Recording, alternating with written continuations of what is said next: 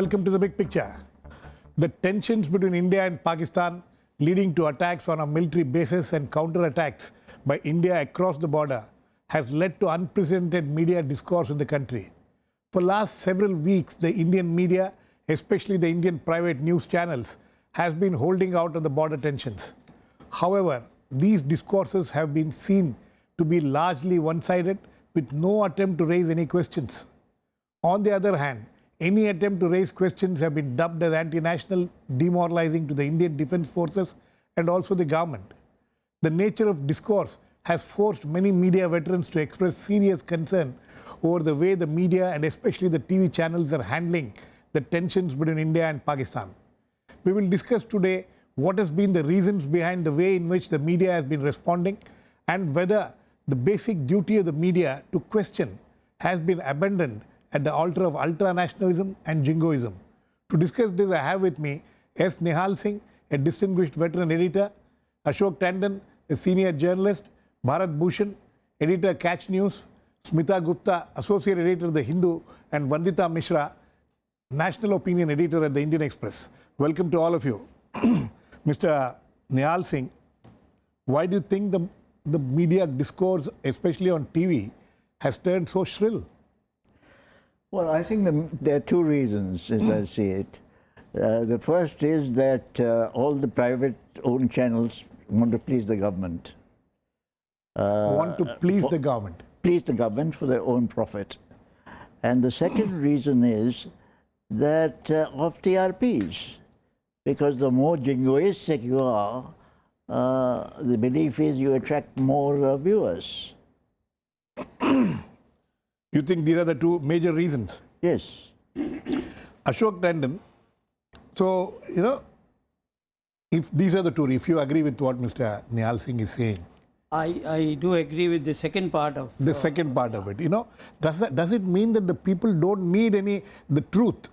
No, that it is just whatever is, hype is what news and truth is no more important? So the thing is, truth is important. But we should not forget one thing, that the electronic media, particularly the private channels, they are event-based media. They need event. And if there is an event, they will latch on to it. And then there is a competition among themselves just for the sake of TRP. And in that process, what happens is, they go, in one way. If somebody is criticizing a particular event or a particular, the other will try to, outmaneuver it. So in that process, once a situation like this happens, which is happening today, and they tend to be nationalist, the other one will try to score over him and try to be more nationalist. In the process, what happens is that they lose sight of, which this should be a balanced picture. So therefore, problem is to understand the compulsions of the electronic media. TRP is their main compulsion. Competition among themselves is another reason.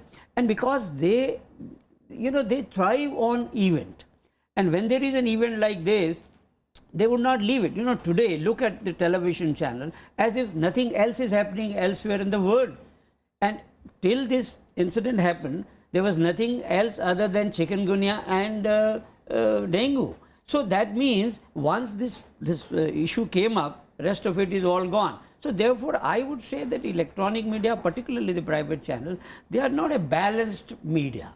They are event-driven media, and therefore they are driven by the events, and then they try to compete with each other, and in the process they lose sight of being balanced. But I don't agree that they try to do all this to please the government, because see, the thing is, nobody is asking them to please them, because once the trend is set... Government is normally happy. Any government Girish, is normally happy when questions are not being raised. Girish, there are many instances when one channel starts criticizing the government on a particular issue, the other will again start competing with each other, and then they try to outmaneuver the other one, even when it comes to criticism, not of the government, of any person, politician, or even film star, or even the cricketers. Okay. Bharat, so what Ashok Tandon is trying to say is essentially there is some kind of a herd mentality in the media, and that herd mentality makes the media, especially the television channels, just follow each other and without bothering about the the balance or anything, things like that? I would differ with Mr. Tandon a little bit. I think what has happened is that our editors and our senior journalists have bought into the dominant discourse of the day on national security. It's not that it's just herd mentality. They actually think that this is what India ought to be doing. So there is a big power discourse of India that has been generated by the powers that be, that India should be a part of the nuclear club, it should be in the UN Security Council, it's a nuclear power, neighbors should be scared of India, they should listen to India. And in that discourse, the surgical strikes and what India is doing to Pakistan, the aggressiveness towards neighbors fits in very well. I have found over time that there are two beats, defense and internal security, where our correspondents are virtually stenographers to the government. Whatever the government says, they do, and they do much more than that. We saw in this case that the official briefing of the DGMO didn't give out much details except saying surgical strikes along the LOC. Okay, whatever along the LOC might mean. He did say that 500 meters to 2 kilometers beyond the LOC, the operations were carried out. But no details.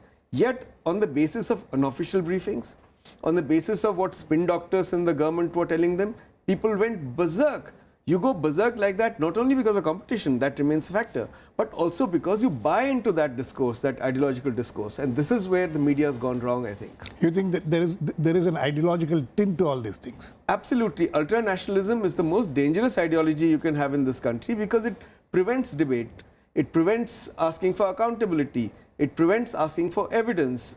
Anybody who wants to debate, who wants to question government's policies, whether vis-a-vis Pakistan or vis-a-vis what happened in the surgical strikes, is immediately dubbed anti-national or a Pakistani agent. Now, I don't think that's good for Indian democracy. Mr. Nihal Singh, you have seen these kind of instances in the past. When the 1971 war happened, 65 happened, 62 happened, you were around, you were covering all these things.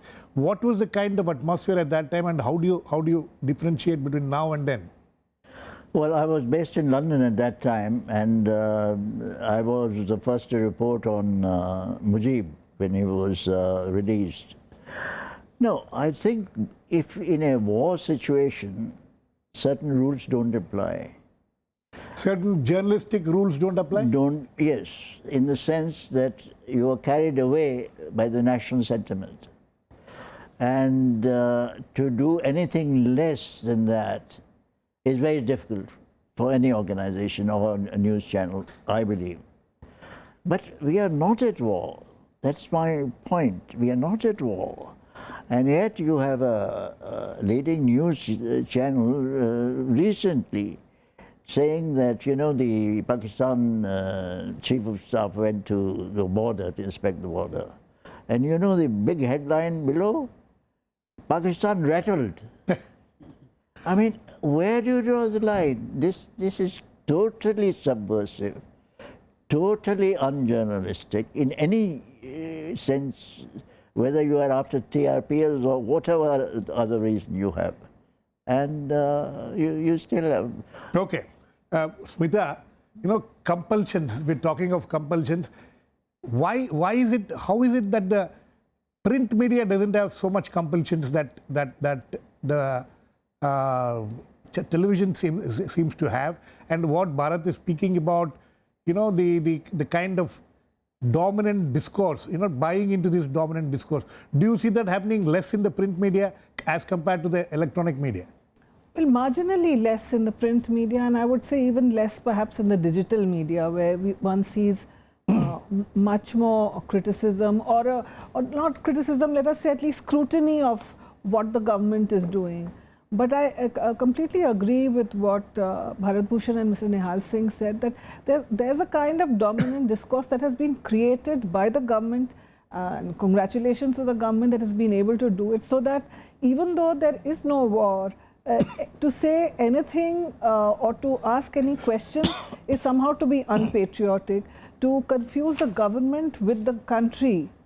That is a very dangerous kind of trend, because as journalists, we need to scrutinize the actions of every government, no matter who runs the government. It is not just, sorry to intervene, it's not just the government. It's also about the Indian defense forces. Can they be scrutinized? Are they scrutinizable or not? You know, that is another major discourse which is happening, that any question, you cannot question the army, you cannot question the defense forces. I would like, in fact, all of you also to respond to it. Well, Smita? Well, I think firstly, in the current discussion, very little criticism of the army has been made, number one. But yes, I do think that the army's actions can be questioned, but not on an issue like this, frankly, because the army is in a country like India, which is a democracy, where the army cannot really take such any kind of big action like this without the government of the day, you know, asking it to do so. But yes, individual actions of army people, of course, they should be scrutinized. I mean, if there's a corrupt general or, you know, you know, any other such issue, of course, the army should be scrutinized as anybody else. Okay. Ashok, would you like to respond to that? Yeah, I want see, Bharat also to. It would be unfair to judge the private channels only in the context of what is happening today.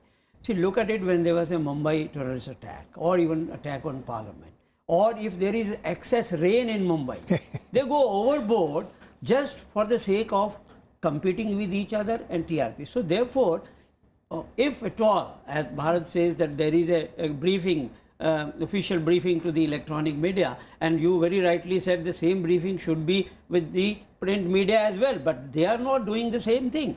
So I would like to say that electronic media has its own compulsion. They don't see whether it is military or it is Indo-Pak or whether it is chikungunya or it is an excess rain or the death of an actor. So Hype is the name of the game. Hype is the name of the game because they don't want to be left out in this race for I don't know TRP. whether, you know, Bharat, that is the question. What is this thing which goes on in the minds of these people, saying that, you know, we don't want to be left out of what? Well, they don't want to be left out of TRPs, okay? They want the TRPs. But let me come to your No, earlier but you know, when you're saying that, that means the viewers want this kind of things. Is that justifiable? Some of these channels are pure entertainment. I mean, you don't watch them because you learn anything from them. You do it for, you know, occasionally see it for the drama. But the question you had asked earlier was, is it legitimate to question the army? That's right. Now, I'm saying that every state institution in a democratic country must be under democratic control. Army is one such institution. Now, there must be public accountability. There must be civilian control over the army. Now, civilian control over the army doesn't mean that the army can be used for political purposes by the party in power. It means accountability to parliament. It means accountability to the people. Only when there is transparency, accountability. I'm not saying every army operation has to be surgically examined, but I'm saying there must be transparency, there must be accountability, so that a political party which happens to be in power is not able to use the army to please a certain domestic constituency, is not able to project itself as the sole arbiter of Indian national interests. I am as much of an Indian as the Prime Minister of India. I also want to know what my army is doing, and the army has to earn that respect. That respect will be earned through accountability, through debate, not through by dictates that if you question the army, you must necessarily be anti-national. Vandita, you know, has hate become the tool of the media? That is one question, because there is a lot of spreading of hate. That is what, there is a lot of discourse on that, all the social media everywhere. Has hate become a tool of the media now? Cut kiya. Okay, I think we lost her. We'll get back to her. So, Yes, I would Ashok. like to see, we should realize one thing. When 71 war, 65 war or other events happened, there was no electronic media, particularly the private channels. Now, with the advent of the private channels, things have changed. No, but So Mr. they are Tandon, no, my commercial question. ventures. No, my question They, is this. I would even go to the extent of saying, are we therefore, the compulsions, the medium is different, all these arguments. So what they are doing, is it condonable? As journalists, is it something which we should be condoning? I would say, or finding excuses for them? I would say, Girish, that our private channels are insensitive to the situation which they handle. because for them it is an event, whether it is a military operation, a terrorist operation like Mumbai attack, or for that matter drought, floods, earthquake. These are events for them, and when they cover it from the point of view of their interest, that is TRP, rather than Rising. being sensitive to Okay. the situation. Okay, yes, Vandita. Vandita, did you hear my question? Yeah. Okay. No, I didn't. Okay. The question was, do you think that, hate has become a tool of the media nowadays, especially the electronic media? I think that is true, as Mr. Bharat Bhushan, I think, said that, it is infotainment, it's a performance art, it's drama that you are selling. And what is being lost at this time is a self-awareness by sections of the media about the responsibility of media at a time like this. It is a situation of asymmetric information anyway, when the people, the media, other institutions do not know enough about what is going on. So the task of the media should be to fill that gap, to ask questions, to also carry out its own investigations, and as somebody else said, not to be stenographers at this point of time. But unfortunately, this whole army and government, questioning of army and government is also a red herring, because I think most of the questions that are being posed are not to the army but actually to the government, and the government seeks to hide behind the army, and sections of media also try to stanch criticism and questioning by holding the army forward. So this is it's a very unfortunate state of affairs, where I think the media has to take the larger responsibility of having abdicated from its own responsibility in this moment. Okay, Mr. Nihal Singh, it is also said that the problems are structural. These problems are more structural also. No, would you agree with that, in the sense that, the present day owners of the media, the present day ownership pattern of the media, when compared to the past, if you compare it to your times when you were editor of some of these, very important publications, were the kind of pressure which you faced as editor, the kind of pressure which the present day editors face, is there a difference? Well, I suppose there is a difference because of differences of intensity. All editors face pressures in all publications in one way or another. So you have to decide where you stand up or not.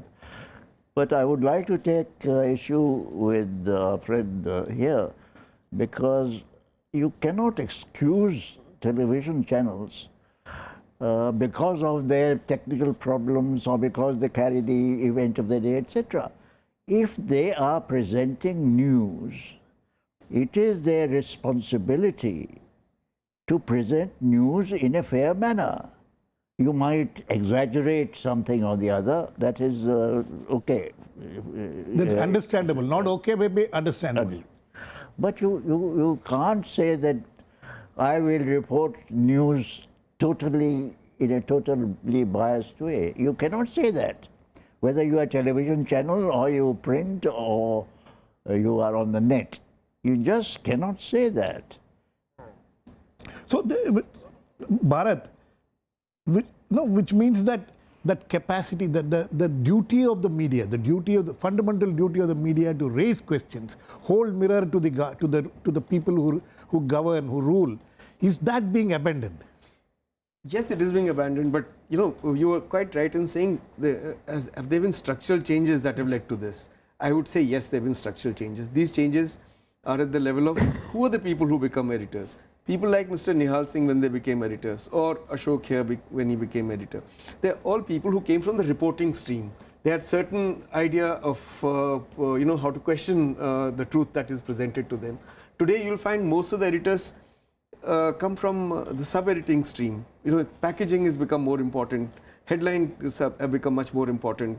Color, boxes, telling the story in 3 or 4 different ways. This is the print media. What about the television channel? Same thing. It's all, where would you have had programs like Sansani or, Dafa 302 or whatever it is called? It's all packaging. So I'm saying those issues have become important. That's one structural change. Secondly, editors have become brand ambassadors for their products. Okay, so even TV editors are brand ambassadors more than journalists. More so the TV Right. editors. And what is the role of these ambassadors, brand ambassadors? To tell the ruling classes that they have nothing to fear from them, that we are on the same page. We are people like you. And you can see this also in the third structural change, where editors are tripping over each other to get state honors. Why would a good journalist want to get a Padma Shri or a Padma Vibhushan? Why would a newspaper owner want to get state honors? Why would journalists want to get nominated to the upper house? I mean, you're doing a damn good job as a journalist, reporter. Keep doing that. Don't seek recognition from people against whom you ought to be writing or to whom you ought to be holding a mirror. This is the major change that has taken place since his time to ours. So would you agree with that? Well, there's a lot of, shall we say, corruption in it, yes. Because I believe that any journalist accepting honors, and I must compliment Sardesai on this, because he confessed he made a mistake by accepting that honor. But for any journalist to angle for privileges from the government is totally immoral. Smita, you think these are the factors which are actually creating this kind of situation what we are facing now, or is there something more to it than what what we see on television channels especially, and to some extent in the print media also? I do agree with what people before me have said. I mean, let's take the case of Mr. Nihal Singh. Mr. Nihal Singh resigned from the editorship, I think, of 3 newspapers because he wouldn't toe the line of the government. I mean, how many editors can you see doing that? I mean, recently we have seen a very well-respected TV channel cancelling an interview with Mr. Chidambaram. I mean, I'm sure Mr. Chidambaram couldn't have said something so sensational that it needed to be completely, obliterated. And the second point that Bharat mentioned, that about people being, being reporters and then growing into becoming editors, that also makes a big difference. People, when they become editors, they are not in awe of the Prime Minister or of ministers, but a lot of new editors I notice, because they've never been reporters, they've never met politicians, many of them are, so sort of awestruck. The selfie taking kinds. Yeah. That when there's a phone call from somebody important telling them to do something, they immediately fall in line, Apart from, of course, the owners of, whether they're television channels, who owns a television channel or who owns a newspaper, that also makes a difference. Okay. Vandita, so, where does the problem lie? Yeah, I think there is also, can I just add to? Okay. Yeah. I think apart from the things that have been mentioned by the speakers before me, I think what is also special about this moment is that here is a government that makes even the normal conversation and questioning distance between government and media a very difficult thing to do, because it restricts access, it does not answer questions as much as previous governments did.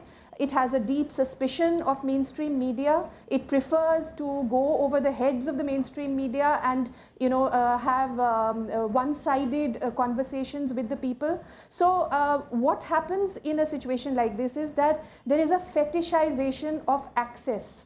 And that is what also reduces the questioning capacity of certain sections of the media, because they are so desperate for access, they are so desperate for just getting sometimes even basic information, that they trade a bit of their freedom and their objectivity to get that access. That's a very important point you made. Mr. Tandon, would you like to respond to that? You have been in the position where you handled access of journalists to Prime Minister. Do you see that having changed now from the time you were there? I would like to comment that you are being a bit biased against the electronic media. All the panelists you have invited are from the print media. I'm sorry. But I have to confess here that it is not because of lack of trying. Yeah. The fact is that it's very difficult to get practicing television journalists to come and talk on this kind of a programs. I agree. And I know that is my that is No, that I has been agree. my problem. But to be fair to the private channel, somebody should have been here to They should- defend. Because I would- know one instance. Till the last minute we tried, I can tell you that. I will share one very interesting instance with you. I asked one of the very leading television personality journalists, then he narrated me a story. He said, in the presence of all my advertisers, I was questioned why I am running the channel like this. He said, if you assure me 5 years advertisement, if I run the channel in a professional manner, will you commit 5-year advertisement to me? None of them agreed. So that is why I have to run the type. No, but you know, as money. Mr. Nihal Singh rightly pointed out, whether that can be an excuse for bad journalism. That is the question, Bharat. No, see, and the also the thing- question is, you know, the pressure, you know, all that is which is happening now, as far as the television channel especially, and part of the print media. So is it something that all of them are acting more loyal than the king? There is no pressure from the government, but these people are, everybody is just, you know, racing against each other to find favor from the government. You know what Vandita Mishra said was absolutely crucial, that it's got to do with access. Formal access in this government is much less than in previous governments. Okay, nobody will meet you formally. Look at the Prime Minister. The Prime Ministers of India used to hold annual press conferences. When they traveled abroad on the aircraft, they would hold a press conference. They were accessible. You could cross-question them and question them. This Prime Minister does not believe in that kind of accountability. He gives interviews, but to friendly journalists. He gives interviews to print media where questions are sent to him in advance, and then there's a photo opportunity to ask some supplementaries. But it doesn't mean that the government is not giving out information. The spin doctors of this government are extremely active on national security issues, the kind of stories that are coming out, 38 terrorists killed, how many people in each team, who went across, and you know, all this nonsense that people are writing sitting in Delhi is the result of the spin doctors. So your access is only to the spin doctors of the government who remain unnamed. And they remain unnamed. They And give you unaccountable also. unaccountable. And you end up doing their bidding. And you don't question them, because you start questioning these unnamed sources, they will also disappear and you would have nothing to write. Yes, Mr. Nihal Singh. I think you raised a very important point about the attitude to the Prime Minister. Right. The two major interviews he gave, one to the Times Now and the other to CNN, were prime examples, especially the latter, of the reverence the reporter had even in asking questions, which were studied and obviously rehearsed beforehand and authorized by the authorities. And our friend Arnab Goswami became a mouse in front of the Prime Minister. Okay, Mr. Tandon. So, would you say that there is no pressure from the government, but the channels, the journalists, are on their own, have become ultra-nationalistic or nationalistic or jingoistic? I think so, because in this particular case, I will disagree with Bharat that all these information which they were manufacturing, I am deliberately using the word manufacturing, were coming from the spin doctor. In fact, they themselves became spin doctors. In fact, they had their, what you call is the experts having war room like studio, and then competing with each other in saying no 21 were killed, no 38 were killed. So therefore sometimes I feel, particularly the private channel, they without any briefing or anything, they themselves become champions of all these stories. Okay. But they try to go and tend to go in one way. Very quickly, Bharat. Yeah, I just want to say that he's also right, because of the off-the-record briefings, there's hearsay, and there is the inflamed imagination of TV anchors. They combine together. I think all this has resulted in what we are witnessing. Completely run out of time, but we hope that in the coming days, at least, this kind of jingoism which we are witnessing on the television channels and in some media, print media, will be reduced, and hopefully we'll see some sane discussions happening in the studios. Thanks to all my guests. Please keep watching. We'll come back with another issue of the Big Picture same time.